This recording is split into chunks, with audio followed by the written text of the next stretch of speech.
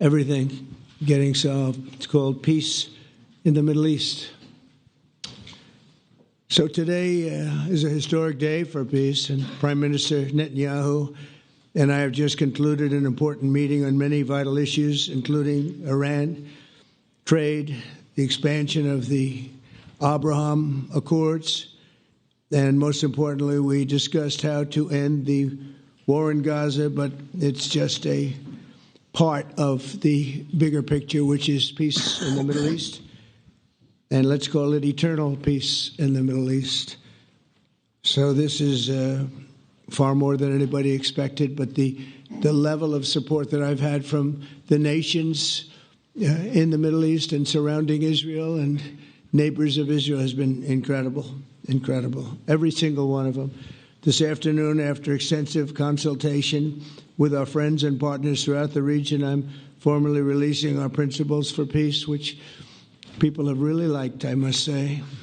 And these are done not just routinely done, these are done with total consideration and working with the nations that we're talking about. All of these nations have made contributions to those suggestions. I want to thank the leaders of many Arab and Muslim nations for their tremendous support in developing the proposal, along with many of our allies in Europe. Europe has been very much involved, and as I was called by many of the European leaders, most of them saying, is this true? Are you really doing peace in the Middle East? This is the most incredible thing we've heard. Some think it's the biggest thing they've ever heard. They called just to find out, was it just a rumor or is it actually done? And then they said, have you spoken to the Arab leaders? Have you spoken to all of the other leaders that we have to get? A lot of people involved in this one. I also want to thank Prime Minister Netanyahu for agreeing to the plan and for trusting that if we work together, we can bring an end to the death and destruction that we've seen for so many years, decades, even centuries, and begin a new chapter of security, peace, and prosperity for the entire region. And I want to just say that my meetings and dialogue that we had with so many countries, Saudi Arabia as an example, the king is a phenomenal person. The Emir of Qatar, he's incredible people. UAE, and that's MBZ and ABZ. We're totally involved. These are the people that we've been dealing with and who've been actually very much involved in this negotiation, giving us ideas, things they can live with, things they can't live with. Pretty complex. I mean, after 2,000, 3,000 years, whatever it is, I guess it's got to be a little complex, or it would have been done a long time ago. The King of Jordan was with us, as you know, in the United Nations. The President of Turkey, President Erdogan, is a friend of mine, a strong man, but a good man. President of Indonesia, somebody who's an amazing leader, Prabowo. He is an amazing leader and respected by everybody.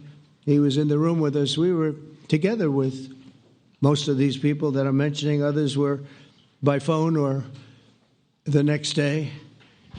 The Prime Minister and the Field Marshal of Pakistan, they were with us right from the beginning. Incredible. In fact, they just put out a statement that they fully believe in this pact. It just came out just as I was walking around. They said, sir, you have a big notice from the Prime Minister of Pakistan and from the Field Marshal that they back this 100%.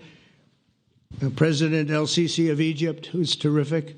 And these are people I've gotten to know over the years. I mean, I would say it started around 2015 and then went into 2016 when the presidency officially began.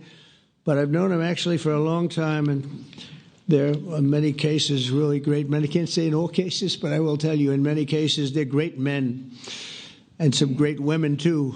They tend to be mostly men, however, I will say that. But if accepted by Hamas, this proposal calls for the release of all remaining hostages immediately, but in no case more than 72 hours. So the hostages are coming back, and I hate even saying this from the standpoint, doesn't sound right, but it is so important to the parents. The bodies of the young men, I believe in almost all cases, the young men are coming back immediately. I met with parents. The parents felt as strongly about getting the body of their dead boy back as they did as though the boy were alive and well. It's so important to them.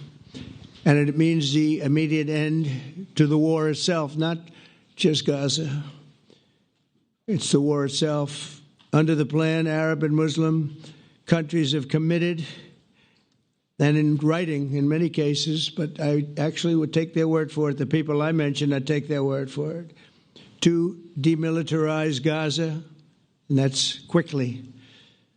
Decommission the military capabilities of Hamas and all other terror organizations.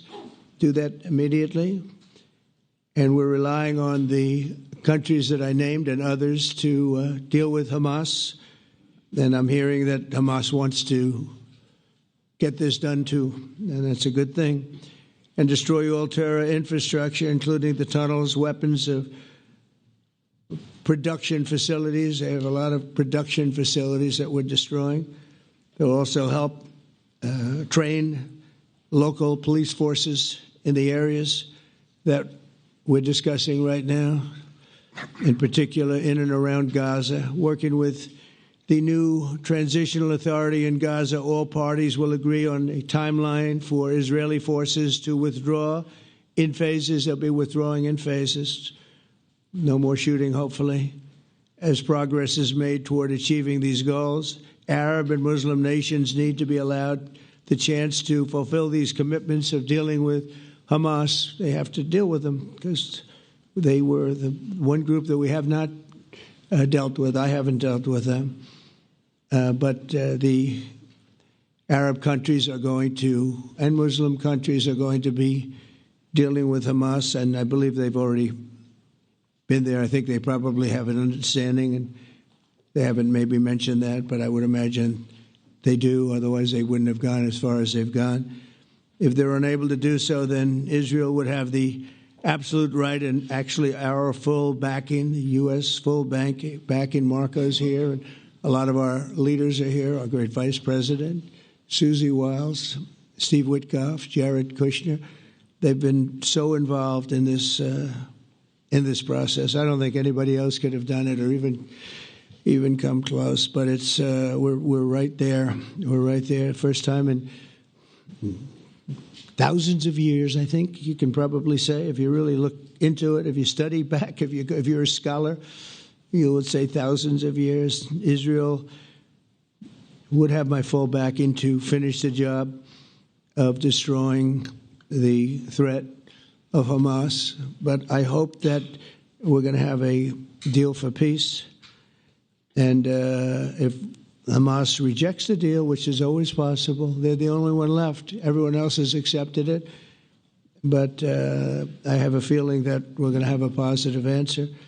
But if not, as you know, Bibi, you'd have our full backing to do what you would have to do. Everyone understands that the ultimate result must be the elimination of any danger posed in the region, and that danger is caused by Hamas. The tyranny of terror has to end, and this is, again, something that we're looking for. This is eternity. This is for forever.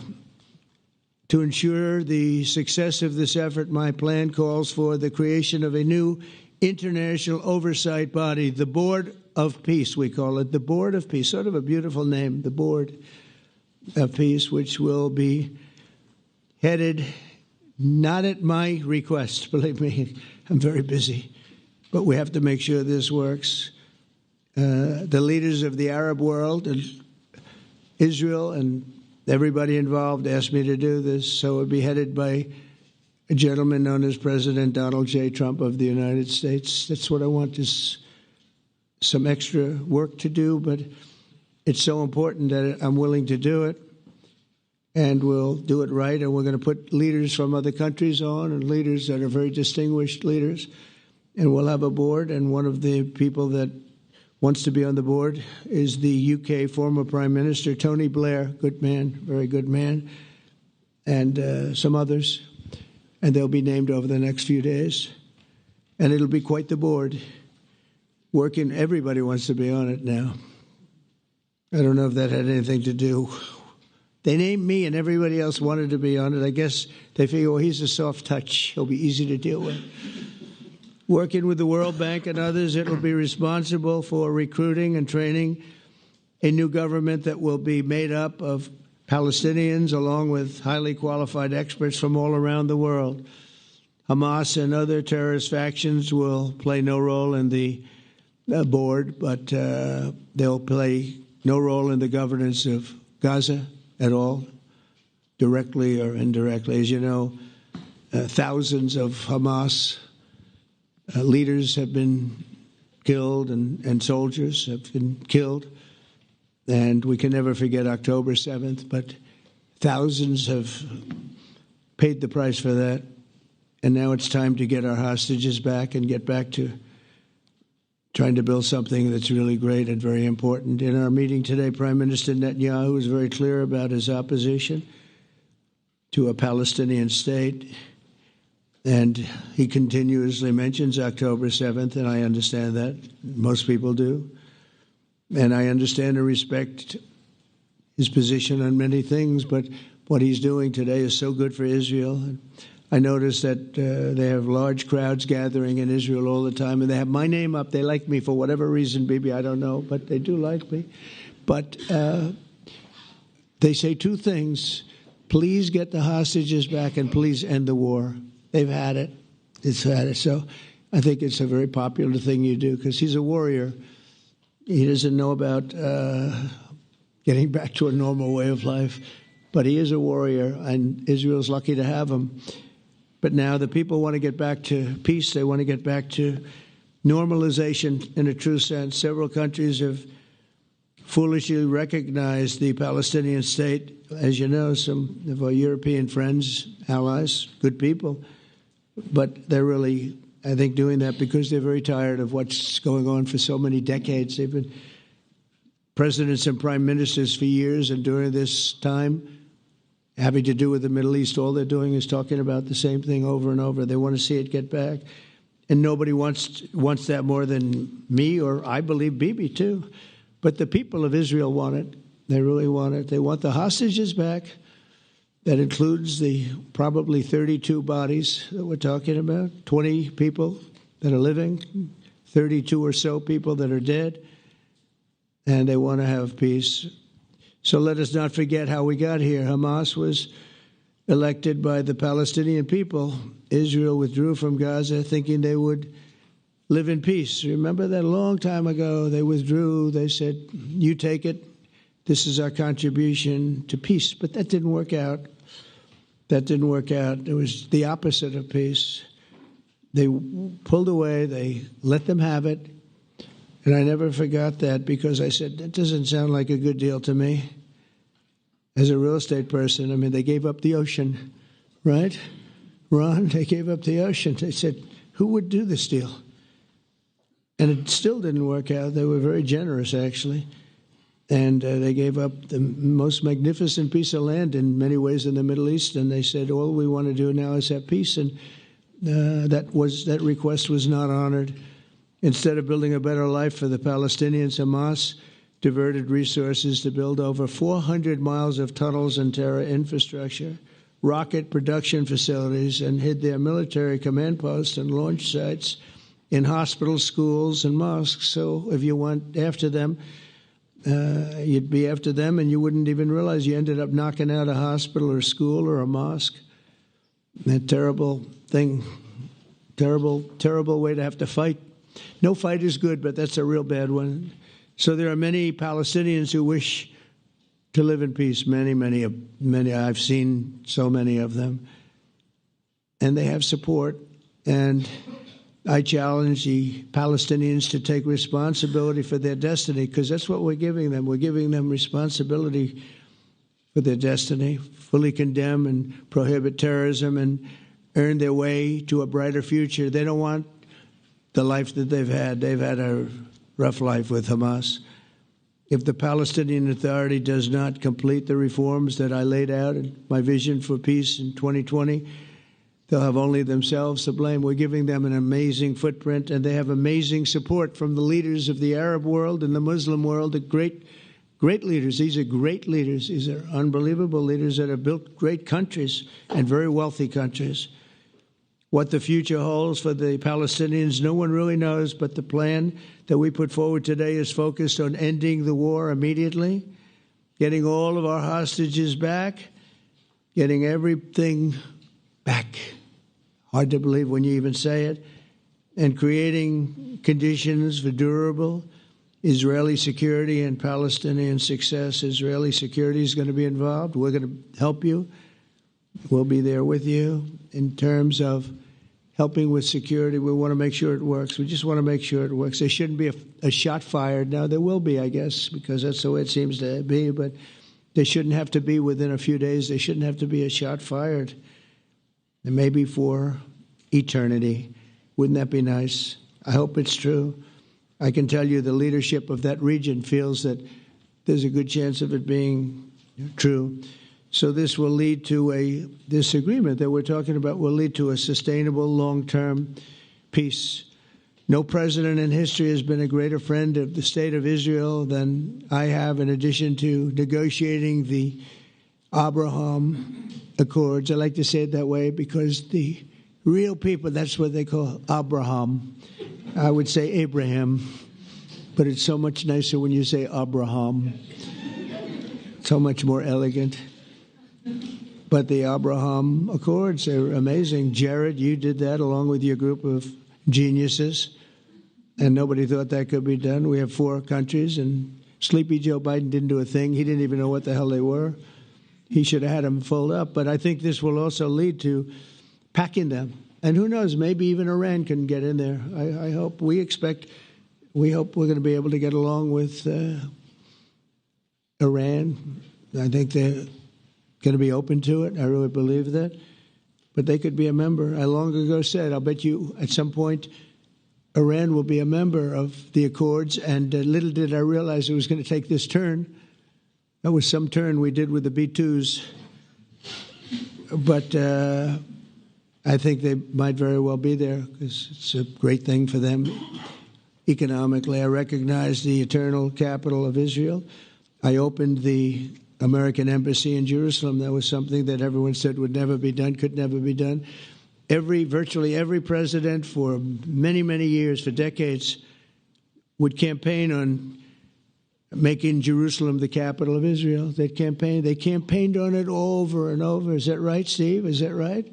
Everyone, and when they got to it, and I understand why now, because it was so. When I got to office, I campaigned on it too. I said, we're going to make it. And then I'd get calls from the leaders of various countries saying, please don't do it. Please don't do it. It'll end the whole world. Please don't do it. And finally, I just didn't say anything, and I did it. People were calling me before I did it because I heard I was going to do it. And leaders of countries were calling me. And I think it was on a Thursday that I did it. And they'd call me Monday, Tuesday, Wednesday, 3-4 times a day. And I said, tell them I'll call them back on Friday. And I announced it on Thursday. And I called them back, the biggest people in the world. And they said, you've done it. I said, done what? You've made the capital of Israel, Jerusalem, and we wanted to talk yet. I wish you called me a little sooner. Maybe I could have done something about it. So that was a lot easier than getting into an argument because I knew what they were calling about. And you know what? It turned out to be amazing. Everybody thought it was going to lead to the end of the world, right? The end of the world, Ron. That's what they said. It didn't lead to anything. It just led to something that I promised and something that was very, very popular for Jewish people and a lot of other people, too. I recognize Israeli sovereignty over the Golan Heights, and I cut taxpayer funding to the corrupt United Nations Relief and Works Agency. And United Nations was interesting because, as you know, a few days ago, they introduced me. Ladies and gentlemen, the President of the United States. I'm looking at my teleprompter, and the thing was dead, stone cold, dead. the things up here. I have a long, beautiful speech to make. I'm back 30 feet back, and I'm saying, they're introducing me. There's nothing on my teleprompter. So, but I made a speech. I actually got good marks. You think Biden could have done that? I don't think so. I don't think he could have done that. I don't think too many people could have done it. But actually, it was actually more of a speech from my heart, if you want to know the truth. I think it was maybe better in certain ways because it was from the heart. It has to be from the heart. Otherwise, you're in big trouble. But I cut taxpayer funding for that very corrupt United Nations Relief and Works Agency, and nobody thought that would be done, and withdrew from the horrible Iran nuclear deal that was imposed upon Israel by Barack Hussein Obama and Biden. And I don't think Biden knew anything about it, though. I don't think he knows anything about it now, actually, if you ask him. He'd say, what is that? And we obliterated Iran's nuclear enrichment capacity, making it impossible for them to have a nuclear weapon, which they would have had probably in about 2 months from that. But I've never asked Israel to compromise its security, but we had big, strong talk. Nobody's been better to Israel. No president's been better to Israel than Donald Trump. But we had a long, strong talk, Bibi and I, and he understands it's time. It's time. History has shown. And the people of Israel want it. And the people of the Middle East want it. The people of enemies of Israel want it. But they don't have really too many enemies right now. And you know what? Many countries have gained great respect for Israel, for the way they fight, for the job they do, including me. I had respect anyway, but they gained respect. History has shown us that those who have relations with Israel have thrived, while those who have devoted resources and attention toward the destruction and even annihilation of Israel have languished. They haven't done well. Israel is not going anywhere. They're going to coexist with other people and countries in the region, from Syria to Lebanon to Saudi Arabia.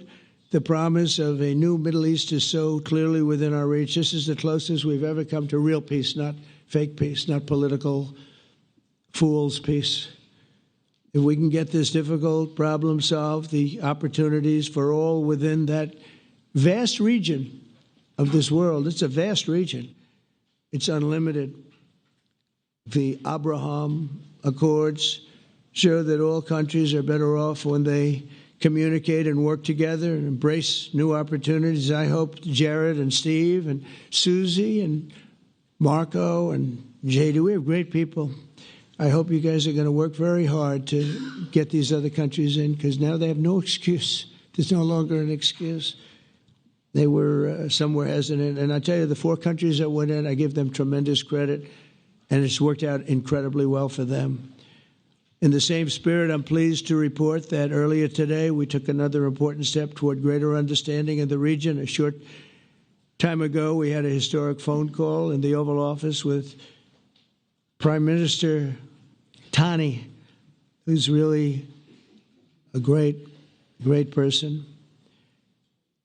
So we had a great talk, and I was on the phone, and Bibi was talking. Prime Minister Al-Thani was of Qatar. They really had a heart-to-heart conversation. It was a great conversation, I thought. It was productive. It was everything that you need to have something turn out to be successful. And I want to thank Bibi, and I want to thank the Prime Minister. It was fantastic.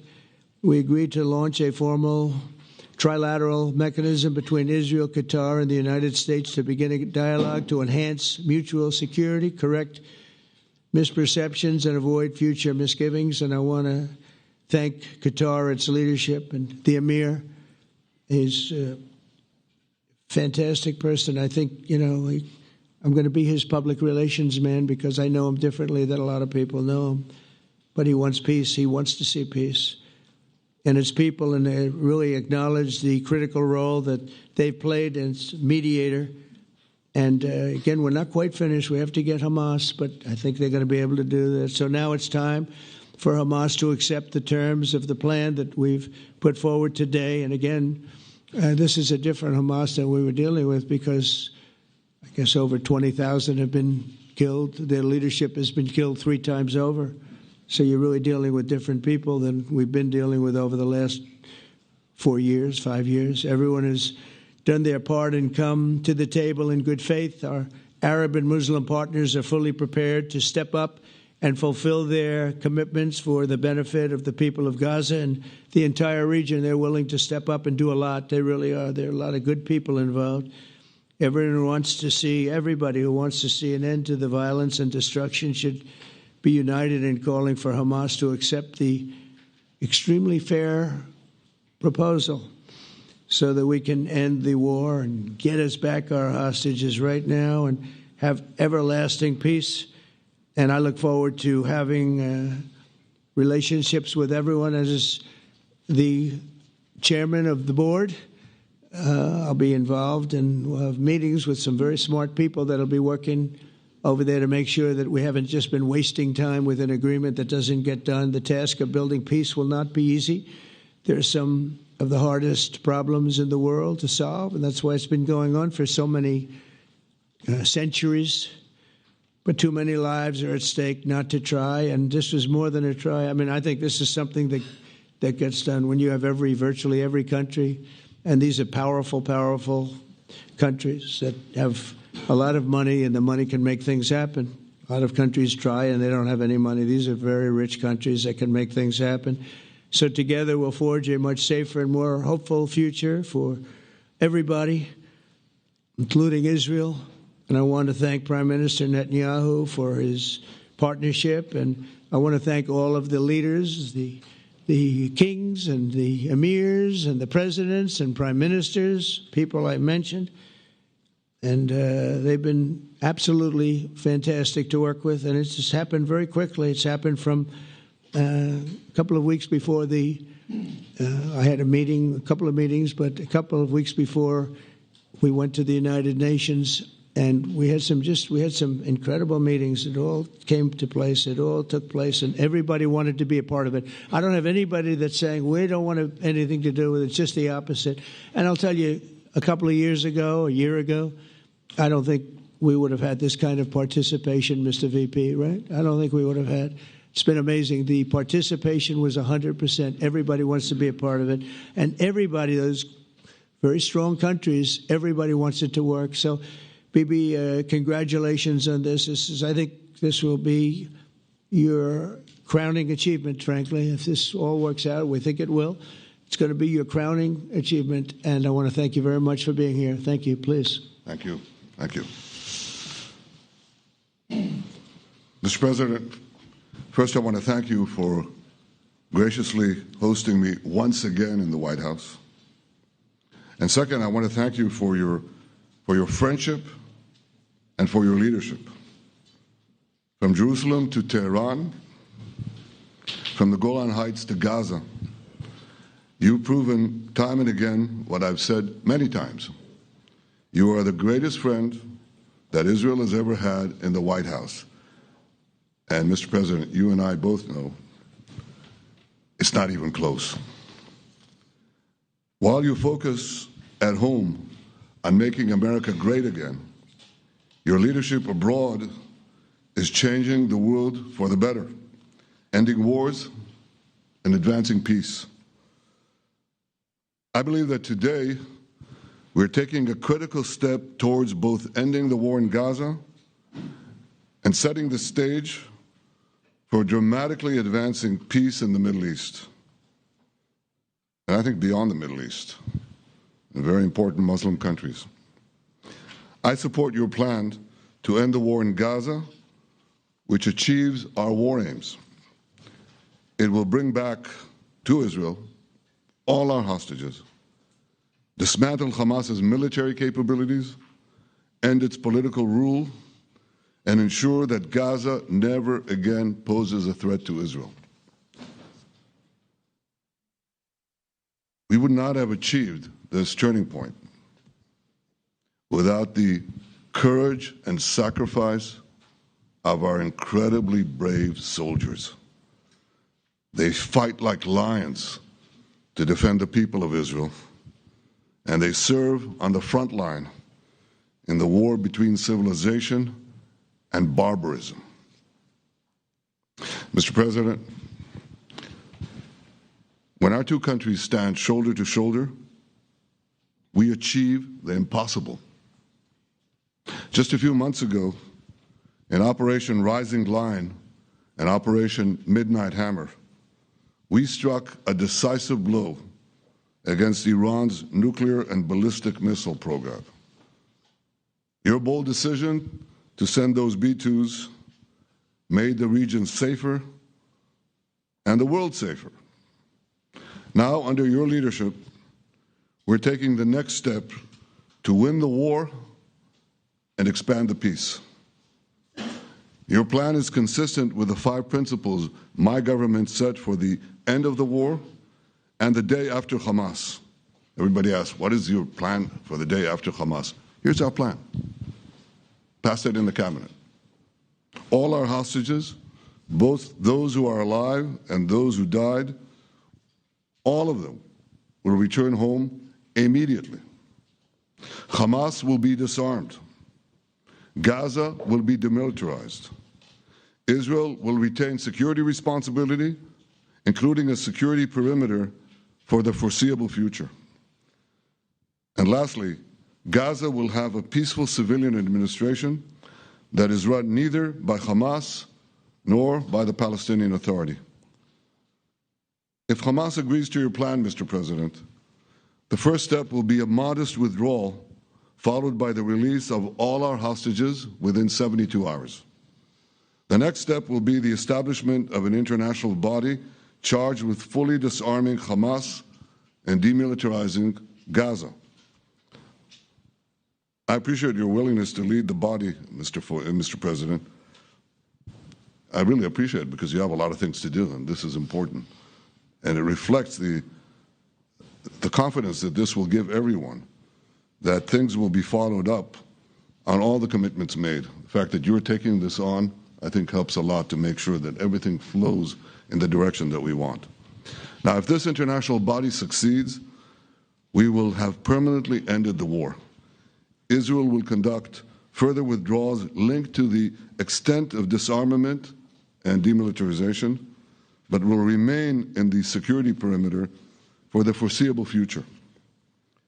I think we should understand that we're giving everybody a chance to have this done peacefully, something that will achieve all our war objectives without any further bloodshed. But if Hamas rejects your plan, Mr. President, or if they supposedly accept it and then basically do everything to counter it, then Israel will finish the job by itself. This can be done the easy way, or it can be done the hard way, but it will be done. We prefer the easy way, but it has to be done. All these goals must be achieved because we didn't fight this horrible fight, sacrifice the finest of our young men to have Hamas stay in Gaza and threaten us again and again and again with these horrific massacres. Mr. President, I was encouraged by your clear statement at the UN against the recognition of a Palestinian state. That would be an outcome that, after October 7th, would reward terrorism, undermine security, and endanger Israel's very existence. As for the Palestinian Authority, I appreciate your firm position that the PA could have no role whatsoever in Gaza without undergoing a radical and genuine transformation. In your 2020 peace plan, which you mentioned just now, you made clear what that transformation requires. It's not lip service. It's not checking a box. It's a fundamental, genuine, and enduring transformation. And that means ending pay to slay, changing the poisonous textbooks that teach hatred to Jews, to Palestinian children, stopping incitement in the media, ending lawfare against Israel at the ICC, the ICJ, recognizing the Jewish state, and many, many other reforms. It won't come as a surprise to you that the vast majority of Israelis have no faith that the PA Leopard will change its spots. But rather than wait for this miraculous transformation, your plan provides a practical and realistic path forward for Gaza in the coming years, in which Gaza will be administered neither by Hamas nor the Palestinian Authority, but by those committed to a genuine peace with Israel. I think this can be not only a new beginning for Gaza, I think it can be a new beginning for the entire region. Under your leadership, we can re-energize, well, I've got to contribute my own, we can re-energize the Abraham Accords. That's what it's called in the original Hebrew, Abraham. Abraham is fine, Abraham, however you want to call it. Under your leadership, Mr. President, we can re-energize the Abraham Accords that we forged 5 years ago. We can expand them to many more Arab and Muslim nations that choose moderation over extremism. I think there's an opportunity here. It's not going to be easy, it's tough going, but I think if we succeed, you're absolutely right. We're going to open possibilities that nobody even dreamed of. But I think we dream of them. As you've told me, Mr. President, and you've told the world many, many times, you said, remember October 7th. Remember October 7th. And we do. We will never forget the horrors of October 7th, and we will do whatever is necessary to make sure they don't happen again. Since October 7th, Israel's enemies have learned a hard truth. Those who attack us pay a heavy price, but those who partner with us advance progress and security for their peoples. President Trump just said it. It's also in the Bible. It says, those who will bless you will be blessed, and those who will curse you will be cursed. And that's actually what is happening. We want the blessings. I think we've done a lot in the past 2 years to end the curse.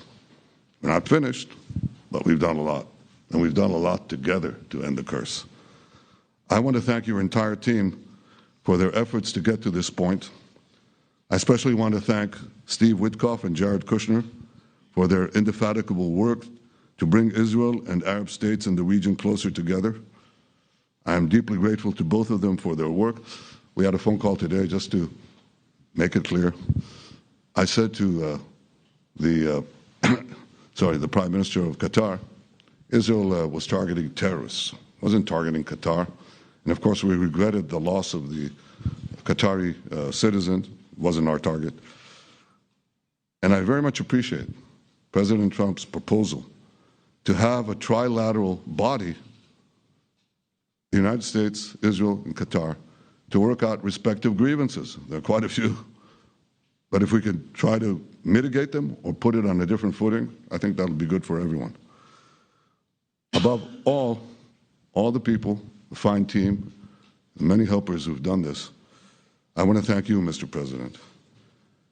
History has already shown that under your leadership, Israel and America can change the face of the Middle East. And today I'm hopeful that your plan to end the war in Gaza will do so again and do so soon. It will free our hostages, end Hamas's tyranny in Gaza, and enable a more secure and prosperous future for the peoples of our region. Thank you, Mr. President. May God bless America. May God bless Israel. May God bless the indispensable alliance between our countries. And may I add in Hebrew, G'mal Chatima Tova, may we all be inscribed in the book of life. Thank you. Thank you very much, Bibi. So I think while we wait for these documents to be signed and get everybody in line, I think it maybe is not really appropriate to take questions. I'm meeting with, as you know, a couple of Democrats in a little while about the country, about keeping our country open. They're going to have to do some things because their ideas are not very good ones. They're very bad for our country. So we'll see how that works out. But this is something that was really historic today. This was something that was amazing. I think, Bibi, I mean, depending on you, I think while we're waiting for signatures and waiting for approvals from a lot of different countries that are involved in this, we probably shouldn't take questions? Or would you like to take a question or two from perhaps a friendly Israeli reporter, if there's such a thing? That's a very, very tough proposition. But I would think, Mr. President, that I would go by your instinct that this is, we'll have enough time for questions. Let's settle the issue first, I think. Thank you very much, everybody. Thank you.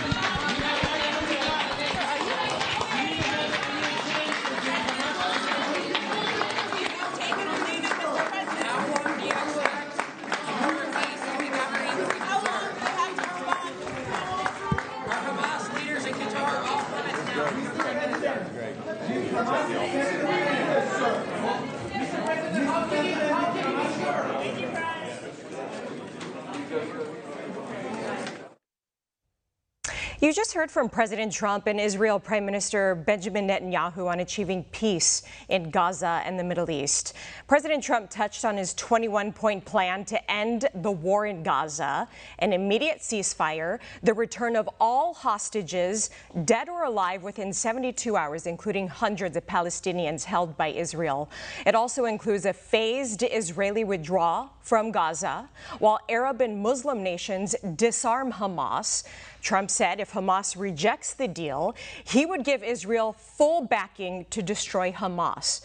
The plan would create an international board of peace to oversee Gaza's transition, with Arab and Muslim states pledging to help demilitarize Gaza and European partners also offering support. President Trump said Israel will coexist with others in the region. They're not going anywhere, and hopes that Iran could join the Abraham Accords. Hamas has not agreed to this plan yet. Bibi Netanyahu and President Trump did not take questions from reporters. Authorities. One America News Network, your source for credible, honest, unbiased reporting from around the world, has just launched a live, 24/7, 365 days a year, uninterrupted cable feed on YouTube. And it's only $5.99 per month. Now you can watch One America News Network live, anytime, anywhere in the world. Go to our YouTube page and click here to become a member today. One America News Network, your source for credible, honest, unbiased reporting from around the world, has just launched a live, 24/7, 365 days a year, uninterrupted cable feed on YouTube. And it's only $5.99 per month. Now you can watch One America News Network live, anytime, anywhere in the world. Go to our YouTube page and click here to become a member today. One America News Network, your source for credible